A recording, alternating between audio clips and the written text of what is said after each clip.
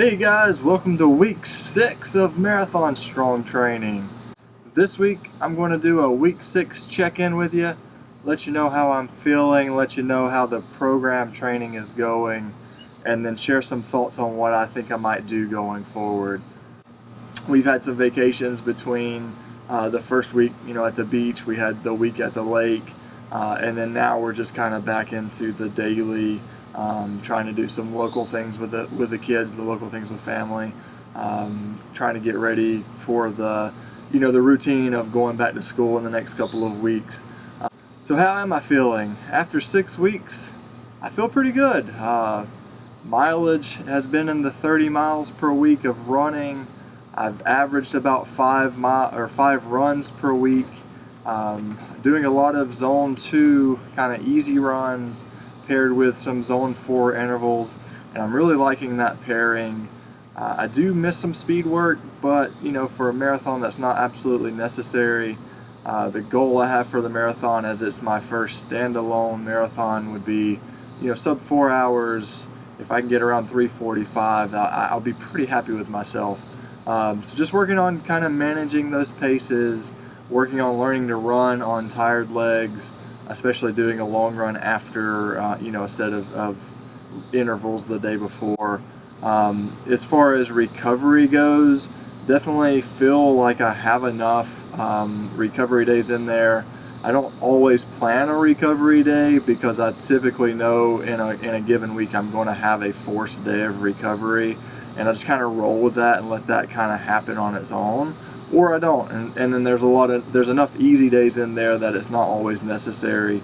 As far as training progress goes, I have enjoyed the building of the long run, typically adding 10 or 15 minutes a week, which is about 1 or 2 miles to the long run. During the week, the volume is similar. The only thing that's changing is like how much time you're spending in the intervals, or the makeup of what those intervals may be.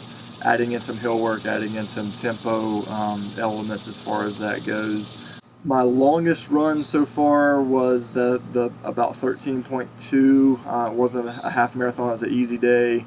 Normally, I've been doing about 10 to 12 miles per week. So I will have to increase that over the next 10 weeks.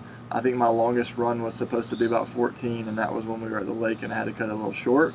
So after this next week, I'll start building that up, really focusing on that long run first, and then trying to make the rest of the week able to where I can get that long run in. Weekly running volume probably won't change very much. I've been in the 35 mile per range.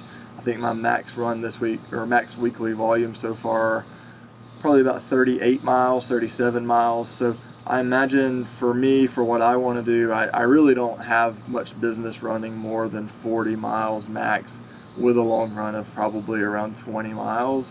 If I'm up a little more than that, that'll be fine.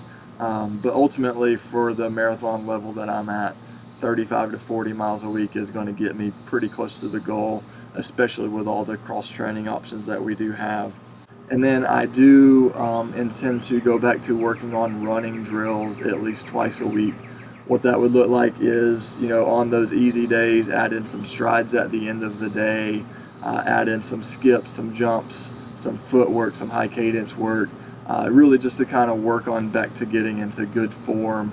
Not that my form has broken down a lot over the last couple of weeks, but going forward as the volume increases, I want to make sure I'm as resilient as possible. On the side of strength training, I have seen a little bit of fall off in strength training. I've only been able to really get myself to do about 2 days a week of strength. Those sessions going anywhere from an hour to an hour and a half. So do have some changes to that I think will be good going forward.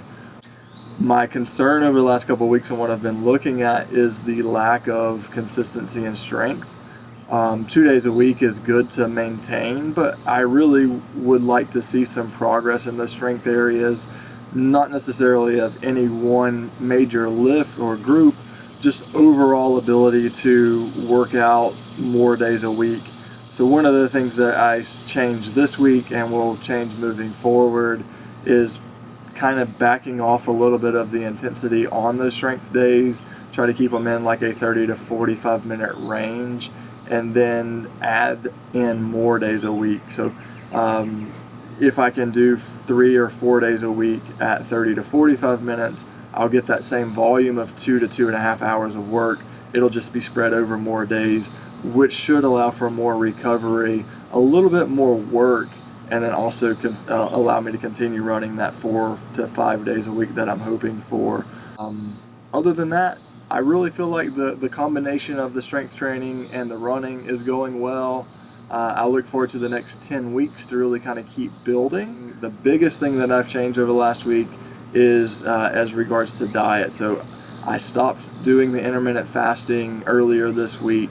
I found, even though I don't get hungry, I had started to lose a little bit of weight, so I've lost about 3 pounds, which is fine. Like I'm not that worried about it, but in order to get more calories in throughout the day and space those out in order to recover from, say, a morning run or strength session and still be able to do like an afternoon or next day run or strength session, I do want to be fully recovered in that.